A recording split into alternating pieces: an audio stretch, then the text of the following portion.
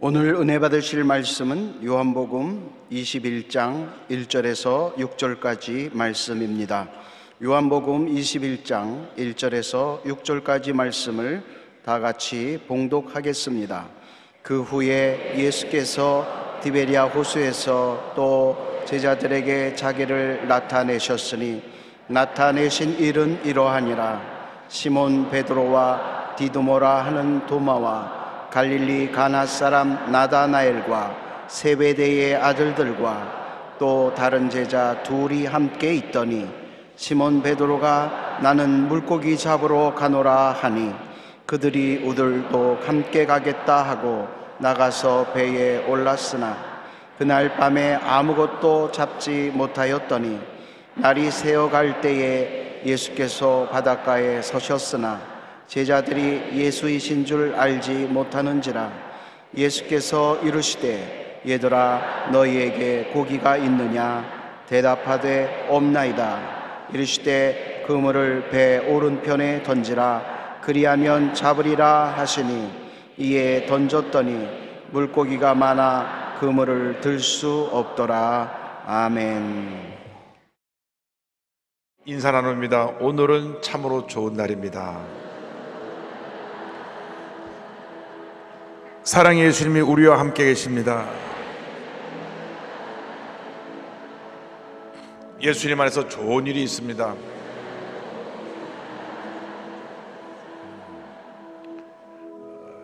하와이에 선교 본부를 두고 전 세계에 2만 명이 넘는 선교사를 내보내고 있는 유스 위도 미션이라고 하는 단체가 있습니다. 한국에는 예수 전도단으로 소개되어 있는데 많은 젊은 사역자들이 그곳에서 배출되었습니다.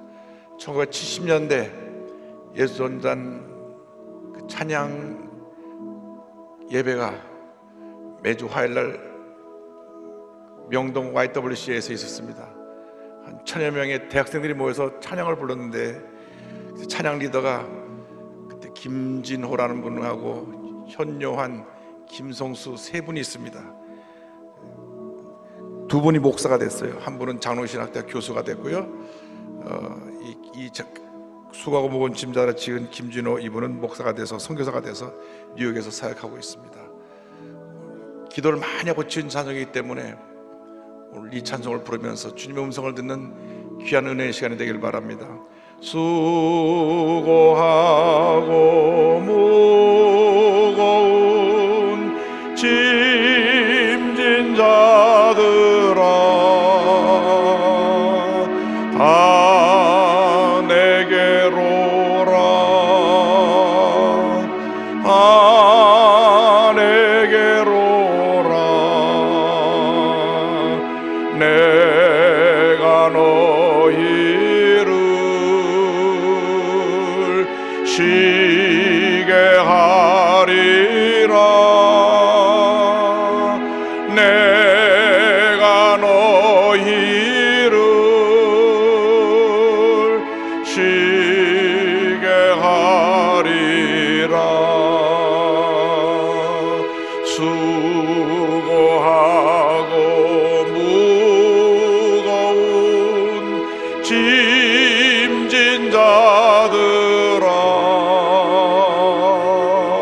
다 내게로 오라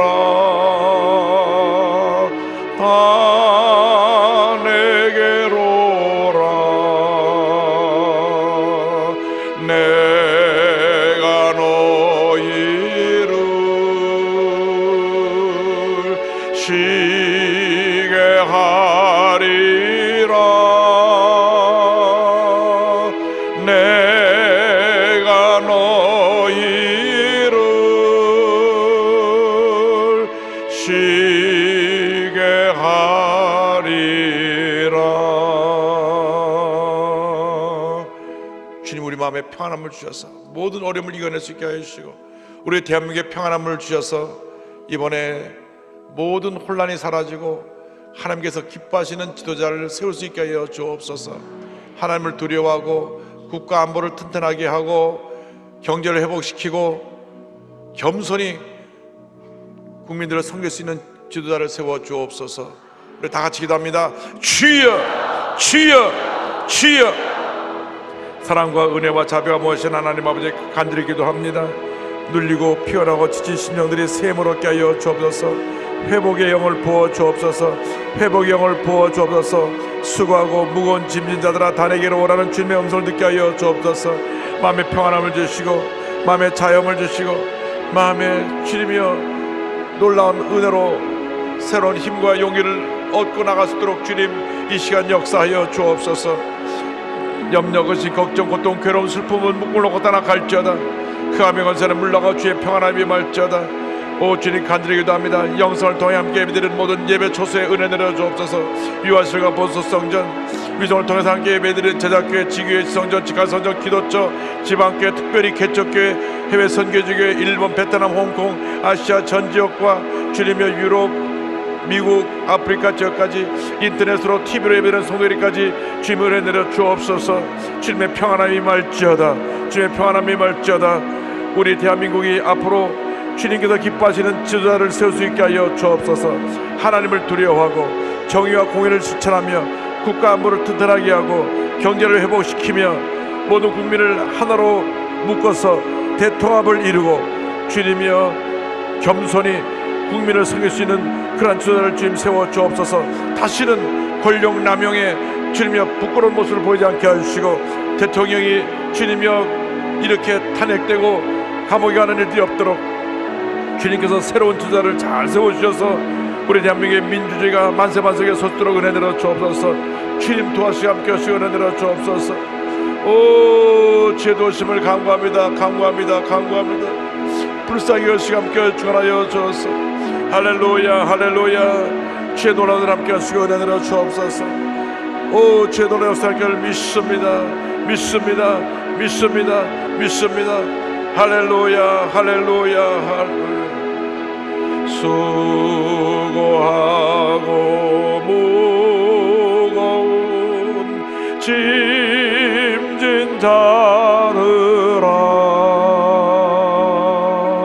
다 내게로 오라.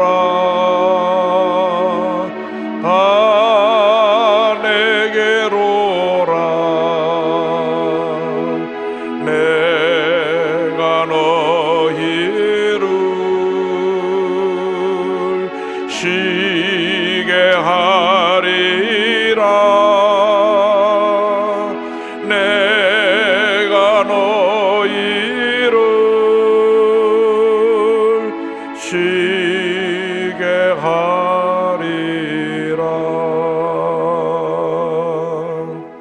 사랑과 은혜와 자비가 무한하신 하나님 아버지, 피곤하고 눌리고 지친 심령들이 주 앞에 나왔습니다. 우리를 불쌍히 보셔서 저들의 무거운 짐을 주님의 십자가에서 다 내려놓게 하여 주시고 마음의 기쁨과 평안함과 위로와 주님의 기쁨이 충만케 역사하여 주옵소서. 예수님의 이름으로 기도드립니다. 아멘. 오늘은 여러분과 함께 요한복음 21장 1절로 6절의 말씀을 가지고 너희에게 고기가 있느냐 이 같은 제목으로 함께 말씀의 은혜를 나누기 원합니다. 함께 따라해 주세요. 너희에게 고기가 있느냐. 너희에게 고기가 있느냐. 우리 인생은 꿈과 희망을 먹고 사는 존재입니다. 사람들이 꿈과 희망을 잃어버리면 다 잃어버리는 것입니다. 삶의 목적도 방향도 없이 절망 가운데 방황하며 살아갈 수밖에 없는 그런 삶이 되고 맙니다. 하나님께서 지으신 이 우주 만물은 주님의 사랑이 충만하고 꿈과 희망이 넘쳐나는 세상이었습니다.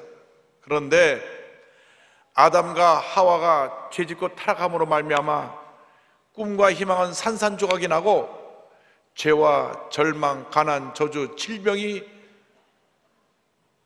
온 인류를 뒤덮게 되었습니다. 그래서 많은 사람들이 죄 가운데 태어나 죄 가운데 살다가 죄 가운데 죽어가는 절망적인 삶을 살아갈 수밖에 없는 존재가 된 것입니다. 웬일인지 왜 은혜인지 이것도 절망 속에 살고 있는 우리를 구원해 주시기 위해서 하나님께서 예수님을 이 땅에 보내주셨습니다. 예수님께서 십자가에서 인간의 죄와 저주, 가난, 질병, 모든 절망을 짊어지시고 돌아가셨습니다. 누구든지 예수를 믿기만 하면 주님의 은혜가 임합니다. 주님께서 우리 삶 가운데 꿈과 희망을 불어넣어 주십니다.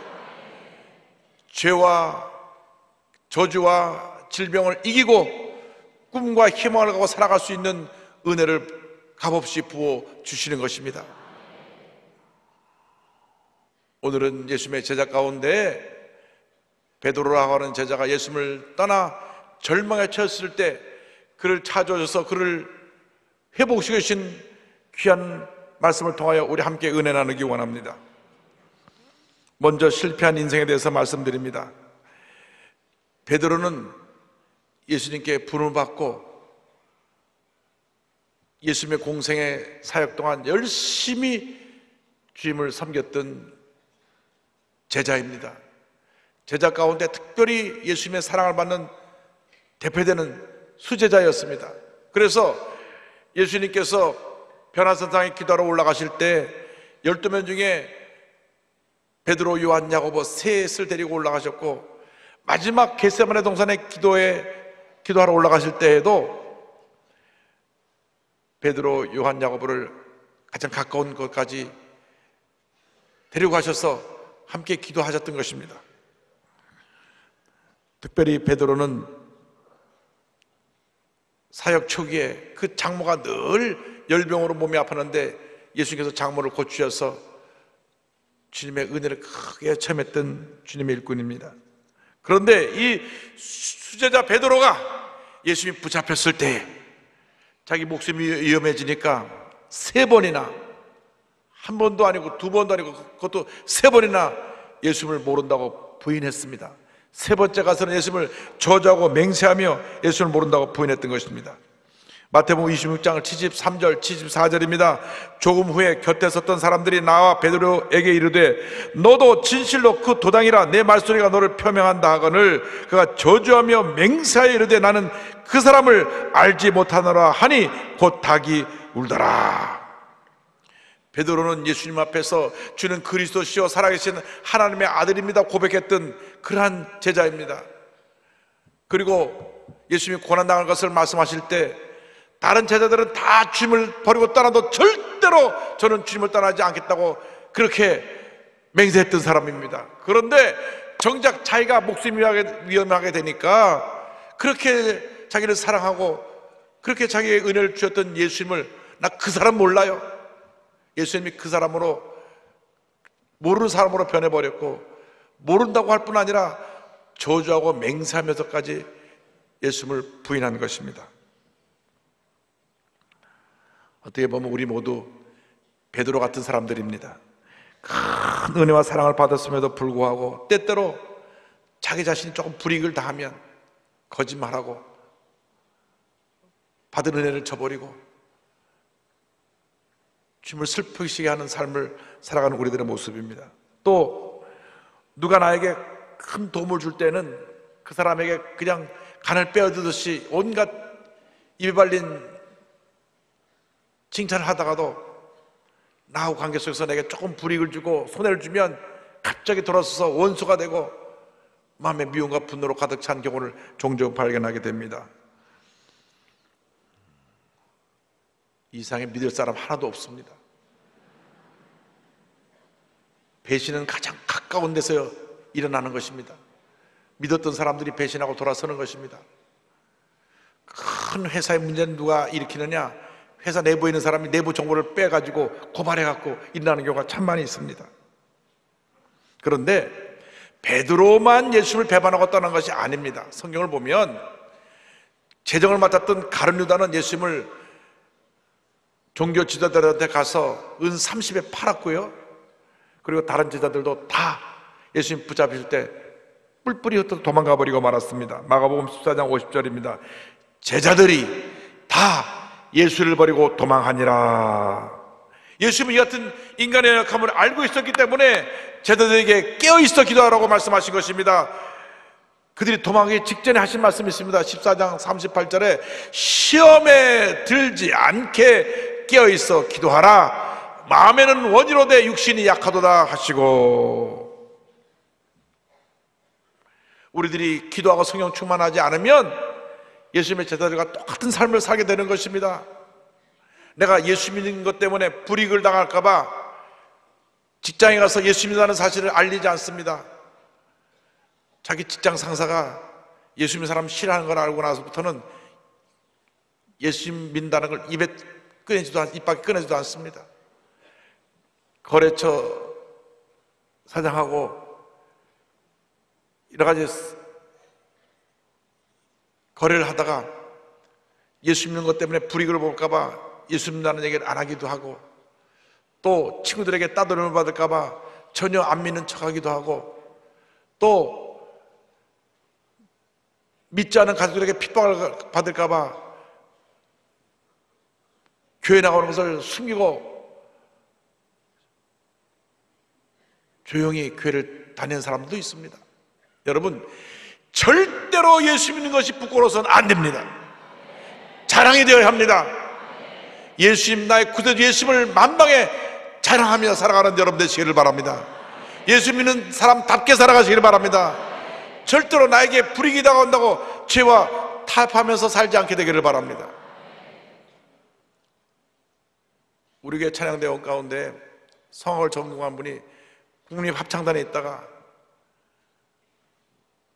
불교 행사에 가서 찬불가를 부르게 되니까 나는 신앙영향임사 못 부릅니다. 그래서 결국 합창단에서 해고됐습니다. 믿음을 지킨 것입니다. 그런데 국립합창단은 한 70%가 성가대 솔리스트들입니다. 본인이 잡이기 때문에 어쩔 수 없이 불렀다고 하지만, 그래도 성가대원이 찬양대원이 찬양을 부르던 그 입술로 찬불가를 부르면 되겠습니까? 내게 손해가 오더라도 불이익이 다가오더라도 나는 믿음 지키겠습니다. 그럼 하나님께서 더 좋은 길로 이끌어 줄 줄 믿습니다. 사람들 앞에서 식사할 때 기도하는 게 부끄러워가지고 잠깐 머리를 짚었다 놓는 사람이 있더라고요. 저 사람 왜 머리를 짚었다 놓나 하고 봤더니 예수 믿는 사람이, 식당에서 고급 레스토랑인데 사람들이 보면 창피할까 봐 아이고 머리야 하고. 여러분, 그렇게 예수 믿으면 안 됩니다. 어디 가든 예수 믿는 것이 떳떳해야 됩니다. 그럼 하나님께서 복을 주시는 것입니다. 예수님을 부인한 베드로는 닭울음 소리를 듣고 그가 자기의 잘못을 깨닫고 통곡하며 울었습니다. 마태복음 26장 75절입니다. 이에 베드로가 예수의 말씀에 닭울기 전에 내가 3번 나를 부인하라 하심이 생각나서 밖에 나가서 심히 통곡하니라. 저는 절대 주님을 떠나지 않고 배신하지 않겠습니다. 아니다, 내가 닭이 2번 울기 전에 나를 3번 배반할 거야. 절대 부인하지 않겠다고 해놓고 3번 부인하고 난 다음에 꼭요 하고 닭이 우니까 그때 주님 하신 말씀 생각나서 통곡하며 울었습니다. 자기 그렇게 사랑해 주시고 자기 장모 병도 고쳐주시고 늘 가장 가까운 곁에 자기를 두고 사랑하시고 자기를 세워주시고 지금까지 함께 쓰신 예수님을 배반했다고 하는 그 죄책감에 그는 나가서 심히 통곡하며 울었습니다. 그 후로 베드로는 평생 닭고기를 먹지 않았다고 합니다. 성경에 있는 얘기 아니고 제가 그렇게 생각한 것입니다. 여러분, 신앙을 가진 후에는 예수를 잘 믿어야 됩니다. 바로 믿어야 합니다. 그럼 하나님이 높여주십니다. 절대로 예수 잘 믿는 것 때문에 여러분이 손해보는 것 같아도 그렇지 않습니다. 하나님이 함께 하시기 때문에 모든 어려움을 딛고 더 높여주시는 은혜를 체험하게 될 것입니다. 탈북민에게 복음을 전하다 순교한 김길남 성도님, 굶주림보다 더 큰 목마름이라고 하는 책을 썼습니다. 평야에서 조선 노동당 간부로 있다가 양강도 오지로 쫓겨나는데 거기서 예수 믿는 사람을 믿고 만나서 예수를 믿게 됩니다. 그런데 전혀 예수님을 모르다가 가서 처음으로 예수를 믿게 되었는데 성경에 대한 지식이 없었습니다. 이게 성경을 갖다가 다 뜯어 나눠서 나눠가지고 읽었습니다. 근데 자기에게 온 것이 레위기야 사무엘상이라고 합니다. 거기 보니까 이 사무엘상에서 상대편 그 모든 이방인을 진멸하는 모습을 보고 하나님은 복수하시고 진멸하신 하나님이다.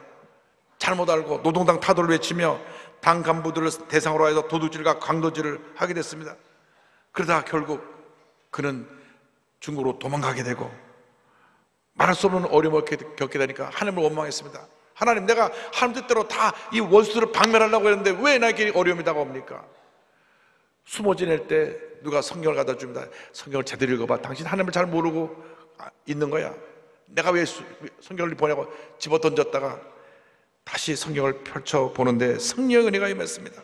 요한복음을 읽을 때 눈물 콧물이 쏟아지면서 주님의 은혜를 체험했습니다. 실패한 인생에 다가오신 하나님에 대해서 너무 감사해서 이렇게 고백합니다. 1999년 초겨울이었다. 나는 성의 강권적인 역사에 이끌려 탈북을 하게 되었고 이것으로 내 인생도 끝났다고 생각했다. 그렇게 절망과 좌절해서 호적거릴 때 하나님이 찾아오셨다. 예전에 내 마음대로 해석하고 왜곡시킨 일그러진 하나님이 아니라 온전하고 완전하고 무결하고 무엇보다 사랑이 많으신 하나님으로 찾아오셔서 내 손을 붙드셨다. 하나님이 찾아오신 그날 내 인생의 어둠이 커졌다. 내 인생의 빛이 임하기 시작한 것이다. 할렐루야. 13년 넘게 국경지역에서 중국하고 북한 국경지역에서 탈북자를 도우며 섬기다가 2012년 의문의 교통사고로 세상을 떠납니다. 그가 마지막으로 남긴 이메일의 내용 일부입니다. 내 평생의 소원대로 북녘 땅이 주의 나라가 된다면 그리하여 우리 주님의 소원을 풀어드리고 또한 먼저 돌아간 형제자매들의 한을 풀어줄 수만 있다면 그 어떤 위험도 아니 죽음도 불사할 것입니다. 그렇게 그의 인생을 주님께 바쳤습니다. 여러분, 우린 실패자로 끝나지 않습니다. 버림받은 자로 끝나지 않습니다. 실패한 인생을, 저주받은 인생, 버림받은 인생을 주님이 찾아오시는 것입니다. 둘째로 실패한 자를 찾으시는 예수님에 대해서 말씀드립니다. 베드로는 깊은 절망에 빠져서 부활하신 예수님을 만나고 난 후에도 삶의 의욕을 잃어버리고 다시 옛날로 돌아가야 되겠다. 그래서 갈릴리로 돌아가 고기 잡는 어부의 모습으로, 옛 모습으로 그가 살게 되었습니다.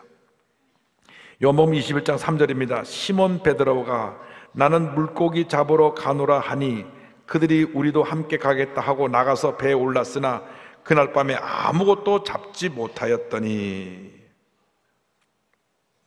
여러분, 예수님을 떠난 인생은 실패하고 무엇을 해도 이룰 수 없는 빈배와 같은 인생이라는 것을 잊지 마시기 바랍니다.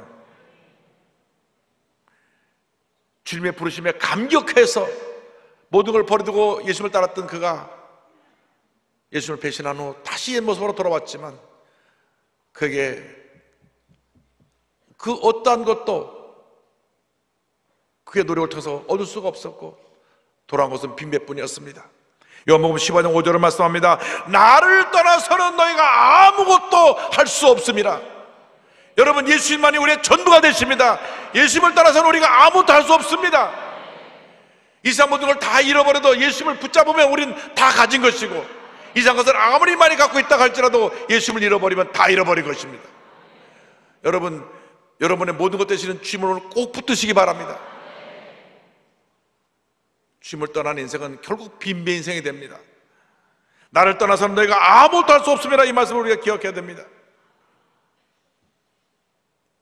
결국 밤새 그물을 던지고 또 던지고 또 던지고 또 던졌지만 그물에 걸려온 것은 아무것도 없었습니다. 지치고 피곤하고 밤을 꼬박 새워서 허기지고 그렇게 이제 어떡하지 하고 낙심에 처했을 때 예수님이 찾아오셨습니다. 우리가 빈배 인생에 대해서 손 놓고 있을 때 예수님이 찾아오시는 것입니다. 요한복음 21장 4절 5절은 설명합니다. 날이 새어갈 때 예수께서 바닷가에 서셨으나 제자들이 예수이신 줄 알지 못하는지라 예수께서 이르시되 애들아 너에게 고기가 있느냐 대답하되 없나이다. 아주 사랑스러운 음성으로 부르십니다. 얘들아 너에게 고기가 있느냐? 고기 좀 잡았느냐? 아니요, 우리 한 마리 고기도 잡지 못했습니다. 오늘 실패하고 좌절하고 마음에 상처 있고 낙심에 빈배 인생이 되어 있는 우리에게 묻습니다. 내가 그렇게 나가서 열심히 산다고 했는데 뭐 얻어진 것이 있느냐? 내가 내 자신의 노력을 가지고 그 사업을 경영한다고 했는데 사업에 성과가 있느냐? 지금 너의 인생에 무언가 만족할 뭔가 하는 것을 다 얻었느냐고 물으십니다. 여러분, 예수님 떠난 인생은 빈배 인생입니다. 무엇을 해도 그 빈배를 채울 수가 없습니다. 왜?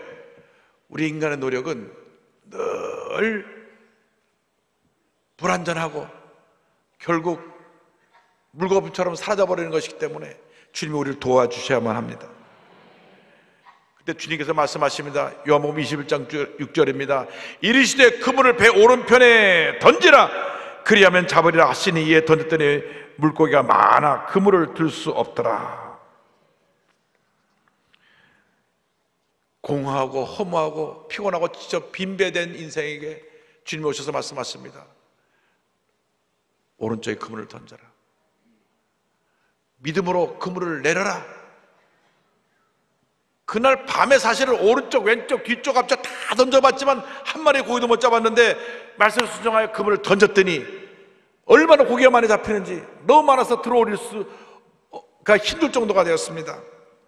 맥스 루케도 목사님 말씀입니다. 신발끈이 엉켰는데 풀 줄 아세요?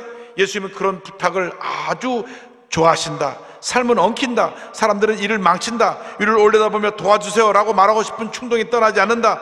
예수님은 의뢰 그런 순간에 나타나신다. 베드로의 빈배에 누가 나타나시는지 보라. 베드로는 우리의 이웃으로 오신 구주다. 당신도 닳고 젖은 빈 그물이 있는가? 예수님은 당신의 빈 그물을 아신다. 지친 마음을 아신다. 그리고 빈 그물의 주인에게 이렇게 속삭이신다. 늦지 않았으니 다시 해보자. 이번엔 내가 함께 타겠다. 이 예수님이 오늘도 우리의 마음을 두드리고 계신 것입니다. 볼지어다 내가 문 밖에서 두드리려니 누구든지 내 음성을 듣고 문을 열면 내가 그에게로 들어가 그와 더불어 먹고 그는 나와 더불어 먹으리라. 계시록 3장 20절입니다. 우리가 깊은 절망에 처해 문을 꽁꽁 닫고 외롭게 홀로 있을 때 주님이 문을 두드리십니다. 너 왜 이렇게 낙심하고 있느냐? 왜 절망하고 있느냐? 왜 상처를 끌어안고 있느냐? 문을 열고 나를 맞아라. 여러분 마음의 문을 열고 예수님을 영접하게 되기를 주님으로 축원합니다. 셋째로 회복시켜 주시는 예수님에 대해서 말씀을 드립니다. 고기가 많이 잡힌 그 순간 제자들은 알았습니다. 아, 예수님이시구나. 그때 사도 요한이 말합니다. 예수님이시다. 주님이시다. 21장 7절입니다. 예수께서 사랑하시는 그 제자가 베드로에게 이르되 주님이시라 하니 시몬 베드로가 벗고 있다가 주님이라 하는 말을 듣고 겉옷을 두르네 바다로 뛰어내리더라. 고기가 많이 잡힌 순간 그 순간 다 알았어요. 그런데 사도 요한이 먼저 말합니다. 주님이시다. 베드로는 그 말에 너무나 감격을 받았습니다. 내가 주님을 배반하고 이곳까지 도망왔는데 주님이 날 찾아오셨구나. 너무 감격해서 우통을 벗고 있다가 옷을 들쳐 입고 그냥 물속으로 뛰어들었습니다. 그리고 예수님을 향해 헤엄쳐 나갑니다. 바닷가에 자란 어머니가 헤엄은 잘 쳤겠죠. 그러나 그가 그 헤엄쳐가는 그 물길을 헤쳐가는 그의 모습은 주님을 향한 너무나 감사하는 감격과 함께 고마움에 눈물을 흘리며 헤쳐간 물길이었으리라 생각합니다. 울며 그는 헤엄쳐 나갔을 것입니다. 내가 예수님을 3번이나 배반했는 모른다고 부인했는데 주님이 날 찾아오셨어. 내가 버림받았는 줄 알았는데 주님 날 버리지 않으셨어. 주님 나를 사랑하시는 거야. 날 용서하시는 거야. 너무 감격해서 울며 헤엄쳐 나가 보니 예수님께서 환한 미소로 기다리고 계신데 숯불을 피워놓고 생선을 굽고 계셨습니다. 주님이 베드로를 따뜻하게 맞이하십니다. 밤새 너무 힘들었지, 추웠지, 배고팠지, 이리 와, 불 쬐고 아침 먹자. 베드로는 물에 빠진 생처럼 온몸에서 덜덜덜 떨면서 숯불 앞에 나가면서 한없이 기쁨과 감사와 감격의 눈물을 흘렸을 것입니다. 내가 이렇게 주님을 배반하고 먼 길 왔는데 나를 찾아오신 예수님 감사합니다. 감사합니다. 감사합니다. 성경에 이 숯불이라고 하는 원어 표현이 2번 나오는데 한 번은 가야바의 뜰에서 예수님을 배반할 때 숯불 앞에서 배반했거든요. 모닥불 앞에서. 자기가 숯불 앞에서 모닥불 앞에서 예수님을 3번 부인했는데 예수님은 그 모닥불 앞에서 베드로를 용서하시는 것입니다. 그리고 아침상을 차려주십니다. 꾸짖지 않으셨습니다. 너 베드로 그럴 수 있니? 네가 내 뒤통수를 때렸지? 그러지 않으셨어요. 말 한마디 안 하시고 꾸짖지 않으시고 인간의 낙함을 다 하시고 내가 너 마음에 고통스러운 거 알아. 스승을 배반하고 너무나 마음이 아팠던 거 내가 알아. 내가 널 용서하기 위해 왔다. 자, 배고프지? 밥 먹자. 어디 이상에 배신 때리고 간 사람을 찾아가서 이런 진성선을 차려주면서 오라고 부를 용서해 줄 사람이 어디 있습니까? 오직 예수님만이, 사랑의 예수님만이 우리 같은 사랑을 베풀어 주고 계신 것입니다. 주님 부르십니다. 수고하고 무거운 짐지자들아 다 내게로 오라. 내가 너희를 쉬게 하리라. 아마 그날 아침은 눈물바다를 잃은 아침 식사가 됐을 것입니다. 목에 눈물에 겨워서 눈물 속에 그냥 목이 잠겨서 눈물 반 음식 반을 먹는 그런 아침이었을 것입니다. 그것이 주님의 사랑입니다. 주님이 그렇게 사랑하신 것입니다. 지금도 주님이 우리를 그렇게 사랑하고 계신 것입니다. 요한복음 21장 12절 13절은 설명합니다. 예수께서 이르시되 와서 주반을 먹으라 하시니 제자들이 주님이신 줄 아는 거로 당신이 누구냐 감히 묻는 자가 없더라. 예수께서 가셔서 떡을 가져다가 그들에게 주시고 생선도 그와 같이 하시니라.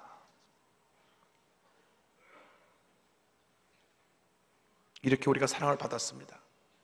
이렇게 우리가 용서를 받았습니다. 이렇게 큰 사랑을 받고 살면서도 우리는 마음이 얼마나 좁은지 나를 힘들게 하고 상처 주고 배신한 사람들을 절대로 용서하지 않습니다. 여러분, 인생은 한 번뿐입니다. 안개처럼 쉬 사라져 버리고 맙니다. 내가 조금 손해봤다고 해서, 불편하다고 해서 사람들과 원수 짓고 살지 마시기 바랍니다. 이 세상에 나가 살면서 나의 유익을 위해서 주님을 배반하지 않게 되기를 바랍니다. 적당히 취업 타협하며 사는 모습은 베드로와 똑같습니다. 예수를 모른다고 부인하는 것입니다. 그럼에도 불구하고 예수님 우리를 용서하십니다. 다시 우리를 찾아오십니다. 우리를 회복시켜 주십니다. 그러므로 이제는 우리가 그 사랑에 감격하여 눈물 흘리며 이제 남은 여생 주님 위해 살겠습니다. 시기와 분노와 미움과 질투와 상처로 얼룩졌던 내 마음 다 십자가 앞에 내려놓고 자기를 배반했던 그 모닥불 앞에서 다시 용서하시는 그 주님의 사랑을 체험한 베드로처럼 여러분 모두가 주님의 사랑과 용서를 체험하게 되기를 바랍니다. 알코올 중독자였다가 지금 알코올 중독을 치유하는 사역을 하고 계신 이묘주 목사님의 간증으로 말씀을 마칩니다. 어린 시절 아버지가 돌아가시고 홀로 외롭게 외할머니 밑에서 살았습니다. 어머니는 일 가셔야 됐고 그러다 보니까 늘 마음의 불안과 마음의 여러 가지 외로움과 고통이 있었습니다. 우연히 초등학교 들어갔을 때 포도주 찌꺼기를 먹고 술에 취한 경험이 있었는데 그로부터 술에 취해 살았습니다. 고3 때 교회에 갔다가 은혜를 받았습니다. 예배당에 들어가서 앉아 앞쪽 강단에 십자가를 멍하니 바라보고 있는데 어느새 내 볼에 뜨거운 눈물이 타고 내리고 있었다. 울음을 그치고 바닥을 보니 눈물과 콧물과 침이 홍건히 고여 있었다. 그런데 참으로 이상한 일은 이후에 일어나기 시작했다. 책상 앞에 책을 펴는데 마음이 너무나 평온했다. 그런데 서울대학교에 입학한 다음 다시 술꾼이 되었습니다. 매일 술과 함께 살았습니다. 해외 치사하고 나서 알코올 중독자가 돼가지고 결국 회사에서 쫓겨나게 됐습니다. 20년 동안 알코올 중독을 치료하기 위해서 병원에 입원했다 태어났다 하지만 입원했을 때는 끊는 것 같은데 나오자마자 또 술을 찾아서 다시 원점으로 돌아갔습니다. 심신이 황폐하게 되었고 그는 절망의 밑자락에 떨어졌던 것입니다. 술을 마시지 않기 위해서 자기 몸을 줄로 묶어보기도 하고 저녁 때 술집에 안 가려고 문을 못질을 해보기도 하고 그래도 술에서 벗어날 수가 없었습니다. 칼로 동맥을 손을 그어보기도 하고 또 소주를 한 방울 싣고 만취도 하다가 크게 교통사고가 나서 크게 위험을 당하기도 했습니다. 알코올 중독의 심각성을 표현합니다. 알코올 중독은 모든 것을 파괴해버리는 병이다. 처음에는 중독자 자신의 모든 사회적인 능력을 앗아가버리며 이어 점차 중독자가 사랑하는 모든 것을 없애버린다. 그 과정에서 재산은 다 소진되고 다음에 서서히 영적으로 파괴되어 인성은 완전히 사라지게 되며 급기야 오로지 술만 탐닉하다가 결국은 죽음에 이른다. 이렇게 폐인이 되었을 때 아내 손에 끌려 기도원에 갑니다. 그때 주님의 음성을 듣습니다. 아무것도 보이지 않는 깜깜한 밤하늘에 단명기를 내실 때였다. 갑자기 하늘에서 엄청난 힘이 몰려오는 것 같이 느껴졌다. 그리고는 하늘에서 음성이 벼락같이 들린 것 같았다. 너는 지금 무엇을 하고 있느냐? 깜짝 놀라 담배를 던지고 예배실에 들어가서 기도하는데 성령이 임해갖고 눈물 콧물 쏟으며 회개하고 그날로 술을 끊어버렸습니다. 신앙하러 목사가 됐습니다. 할렐루야. 선양원을 설립하고 알코올 중독자 및 가족 치유, 회복, 자활 사역을 지금 전개하고 있습니다. 알코올 중독 치료 전문가로서 각종 세미나와 방송에 나와서 활동을 하고 있습니다. 이렇게 고백합니다.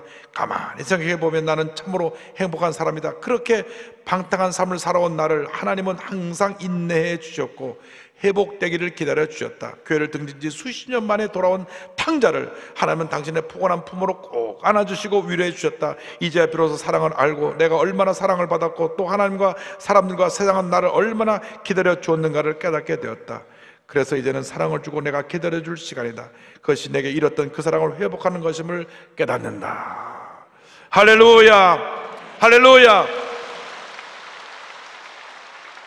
우리가 믿고 섬기는 우리 주님은 우리가 실패했을 때, 좌절과 절망에 빠졌을 때 우리를 찾아오시는 주님이신 것입니다.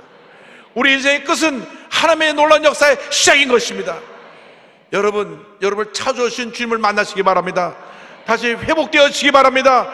첫사랑의 감격을 회복해서 남은 여생 하나님의 영광에 살아가는 여러분 모두가 되시기를 주님의 이름으로 축원합니다. 축원합니다. 축원합니다. 기도하겠습니다.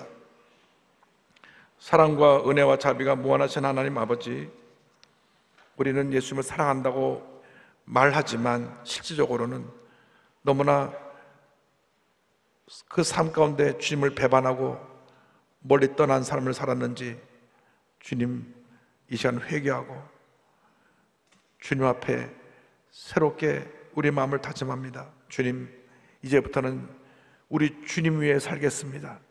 날 위해 몸부려 피 흘려 돌아가시고 끝까지 살아가시는 주님 위에 살기를 원합니다. 나의 잘못된 옛사람 모든 모습을 벗어버리고 새롭게 변화된 삶을 살아가는 우리 모두가 되게 하여 주옵소서. 예수님의 이름으로 기도 올리옵나이다. 아멘.